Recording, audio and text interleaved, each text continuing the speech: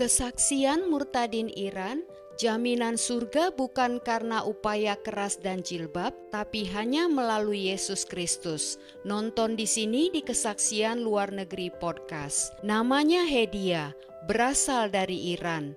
Di dalam Islam, Tuhan bukanlah seorang ayah, tetapi Tuhan adalah hakim yang tertinggi.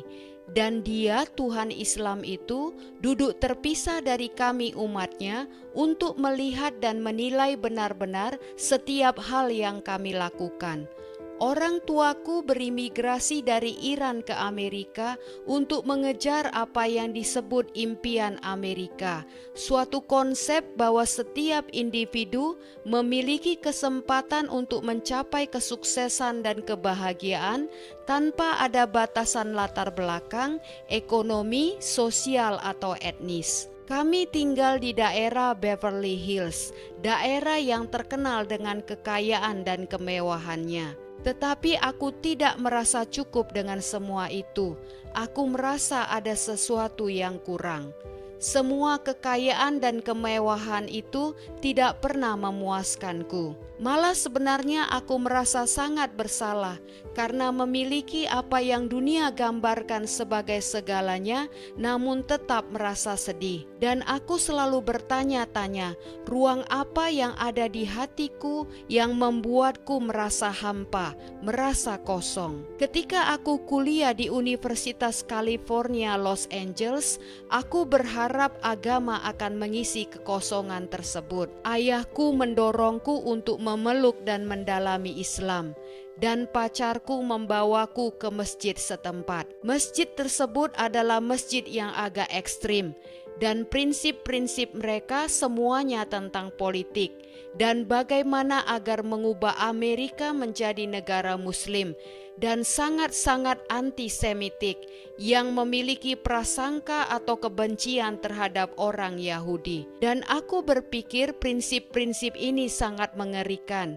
Aku tidak mau berhubungan dengan semua itu. Aku pikir kalau ini yang namanya agama, aku tidak mau berhubungan dengan yang seperti ini. Karena tidak suka dan merasa jijik dengan ekstremisme Muslim dan masih ingin mengenal Tuhan, aku bergabung dengan sebuah cabang Islam yang berbeda yang disebut Sufisme. Sufisme merupakan praktik mistik di dalam Islam yang semuanya berbicara tentang kasih dan harmoni dan menemukan hubungan pribadi dengan Tuhan. Aku berpikir, oke, aliran Islam ini sempurna.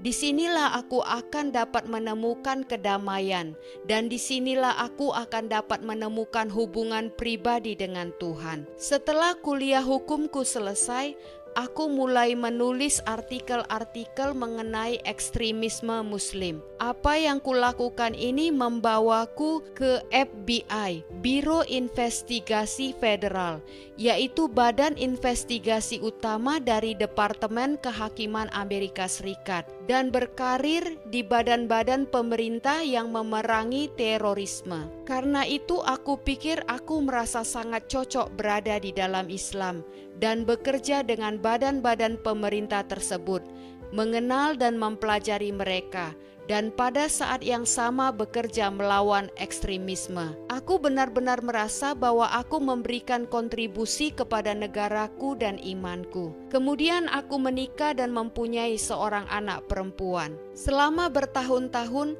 aku memegang teguh akan ketaatan yang ketat terhadap hukum Islam. Upaya yang kulakukan ini adalah upaya yang tidak pernah berakhir, sebagai cara untuk mengendalikan keinginan daging, perilaku dalam upaya untuk mendekatkan diri kepada Tuhan. Aku selalu takut dengan apa yang Tuhan akan lakukan untuk menghakimiku, dan hal ini sama sekali bukanlah kasih. Aku terus-menerus berdoa kepada Tuhan yang tidak menjawabku. Akhirnya aku menjadi frustrasi karena meskipun aku telah berusaha keras, Islam tidak memberiku jaminan keselamatan. Apa yang mereka katakan kepadaku adalah tujuan terpenting yang aku miliki dalam hidupku, yang justru aku tidak tahu apakah aku akan mencapainya atau tidak. dan hal itu sangat membebaniku. Dan seiring bertambahnya usiaku dan seiring bertambahnya usia anak perempuanku, beban yang berat ini tak tertahankan lagi. Suatu hari setelah 22 tahun ada di dalam Islam, aku melepaskan jilbabku. Para imam berkata bahwa tempat tujuan kekalku sekarang sudah pasti. Mereka mengatakan kepadaku bahwa aku akan digantung mulai dari rambutku di api neraka untuk selamanya karena aku melepas jilbabku. Jadi meskipun tidak ada kepastian mengenai keselamatan di Islam, karena aku telah melakukan satu hal yang mengurangi ritual keagamaanku secara lahiriah, secara tampilan luarku, para imam tersebut mengatakan bahwa aku akan tinggal selamanya di dalam api neraka. Hal itu benar-benar tidak bisa kuterima. Akhirnya aku tinggalkan Islam. Keadaanku benar-benar hancur. Keadaanku sangat hancur. Aku merasa bahwa aku tidak memiliki pegangan di dalamku. Aku merasa benar-benar tersesat. Aku rindu untuk memiliki Tuhan di dalam hidupku. Suatu hari aku menonton secara online sebuah video khotbah dari seorang pendeta yang berbicara tentang memiliki hubungan dengan Tuhan melalui Yesus. Aku terharu mendengar apa yang pendeta itu katakan, tapi juga bingung. Segera setelah mendengar itu, aku berdoa dengan penuh keputusasaan. Aku berlutut, aku berdoa dengan ritual doa Islam dengan kepala di bawah, dan hanya menangis dan menangis. Aku berdoa dengan berkata, "Bisakah engkau menyatakan dirimu kepadaku? Karena aku benar-benar bingung tentang siapa engkau." Itu adalah salah satu doa yang kulakukan di kamar tidurku, yang kudengar suara Yesus Kristus dengan jelas. Dan Yesus berkata kepadaku, "Hedia, ini aku." Apa yang kualami itu luar biasa.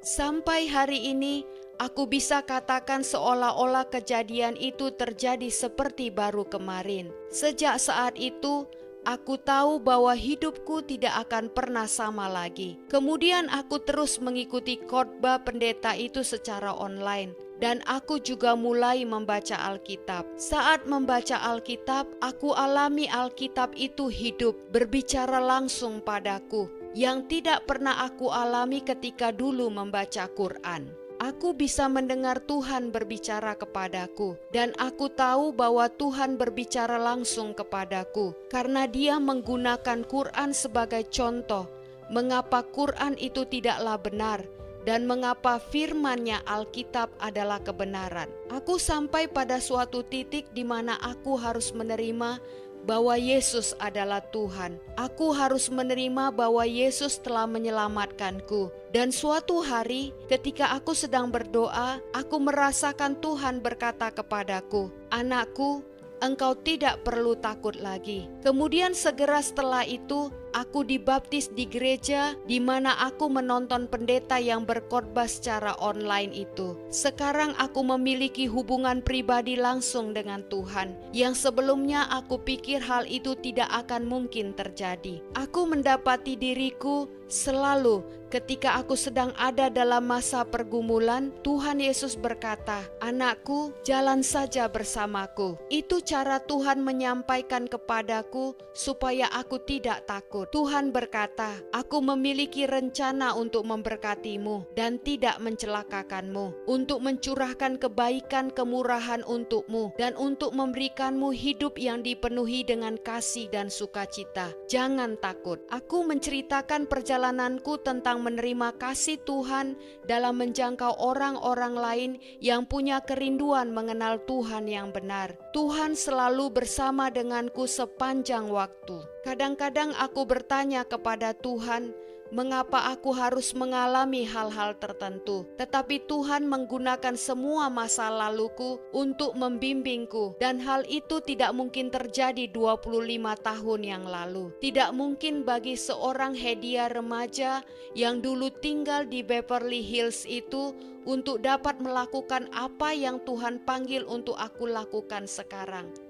Jadi selamanya aku ada di kaki Yesus, menyembah dan dengan penyerahan diri sepenuhnya kepada Yesus. Puji Tuhan, sampai bertemu di episode berikutnya. Tuhan Yesus selalu bersama, melindungi dan memberkati kita semua. Amin.